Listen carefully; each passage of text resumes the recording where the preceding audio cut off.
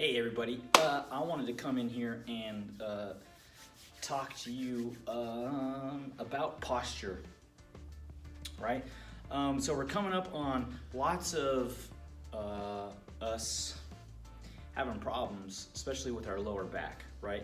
And generally that happens because you don't know how to support your spine with anything other than the muscles in your back, right? And that, there are several different, reasons or ways that this is gonna manifest, but part of it is your posture. Part of it is because you spend all day sitting in a chair, right? It's hard to fix all of the bad habits you have in 1 hour a day at the gym, right?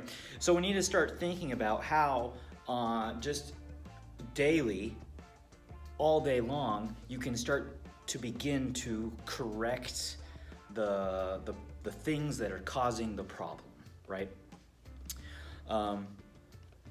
So we talk about posture, right? We talk about our spine and stabilizing our spine, right? We want to make sure we're always talking about keeping your back flat in a squat and a deadlift, right? Now, flat is when your spine here is in a neutral position. I'm trying this freaking wireless thing and it's bugging me. I don't know, we'll see. But, so neutral position, right? This is not a neutral position, okay? It is hard to get this position unless you are, the 100-pound girls that are really flexible can usually get into this position in a deadlift. Most of us can't, right? Most of us, when we feel like we're doing that, we get into this position when we're doing a deadlift, right? However, most of us, even all of us walk around like this. Or we sit in a chair like this, right? And so now we are putting too much pressure, relying too much on our lower back to support all of this, okay?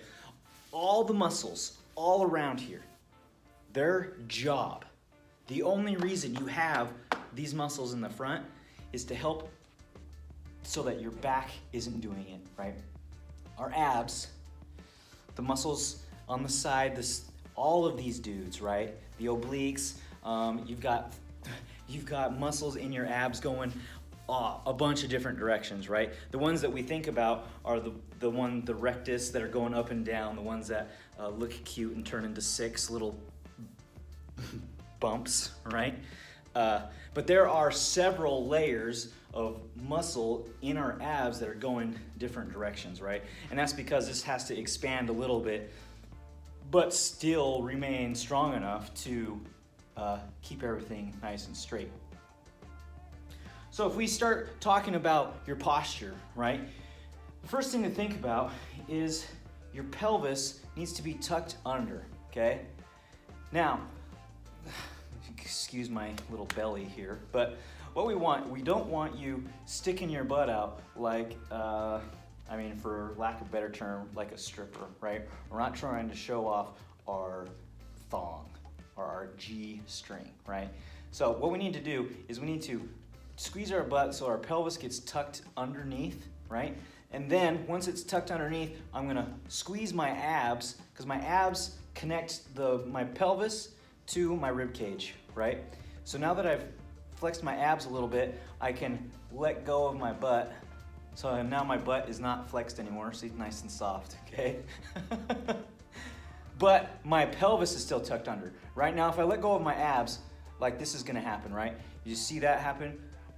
So here's me tucked, right? Let go of the glutes. And if I let go of my abs,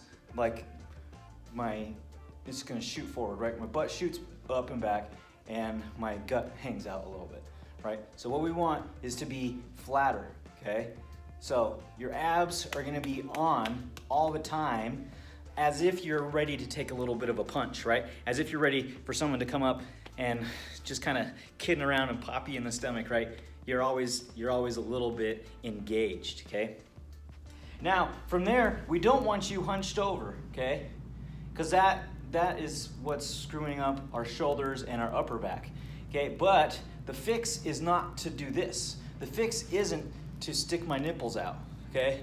Like you're a 16-year-old girl really proud of her sports bra, right? We want to keep these ribs down, right? I guess it doesn't just go for girls. Guys who have just started bench pressing like to walk around like this too, right? So they can show off their muscles or something. So I didn't mean to be whatever. But again, right? Then abs, then let go of my glutes. Now, if I externally rotate my shoulder, you'll notice my shoulder gets pulled back into this good position, right? My elbow is sticking forward, right? And my shoulder is now back. It looks like I'm standing up nice and straight, right? Because I am. Now from here, it's kind of weird. It's because we're used to just standing internally rotated all the time. But you externally rotate your upper arm, and then you allow your forearm to then come back, right? So that your hand is next to your side. My shoulders are back, my ribs are down, my abs are slightly engaged, and then I'm able to stand here, right? And that's that position that you would need to get into, and then you would hold that position and sit in your chair, right? Now, the problem is you sit in your chair for a minute, and you start getting relaxed, and you start doing this, and then you're sitting down, and you go, I'm fix my posture, right? So I'm gonna fix my posture again. Now, but if you were to stand up in that posture that you just quote unquote fixed, now I'm overextended again, right? I'm using my back, I'm putting too much stress on my lower back all over again, right? So you gotta stand up from your chair, get your position again, right? Maybe walk around, go get a drink of water from the water cooler, spread some rumors, something, I don't know. Get in some steps, maybe. Go up and down a couple flight of stairs. Do some push-ups, some lunges, maybe a couple hundred air squats. Then come back to your chair, right? And you're gonna lock in your pelvis, rotate your arms, and then sit down, right? And then you're gonna sit there. And as soon as you notice that this has gone away again, you gotta stand up, get your position again, sit back down, and go, right? It's really, really important that we learn to engage your abs, okay? Learning to engage your abs.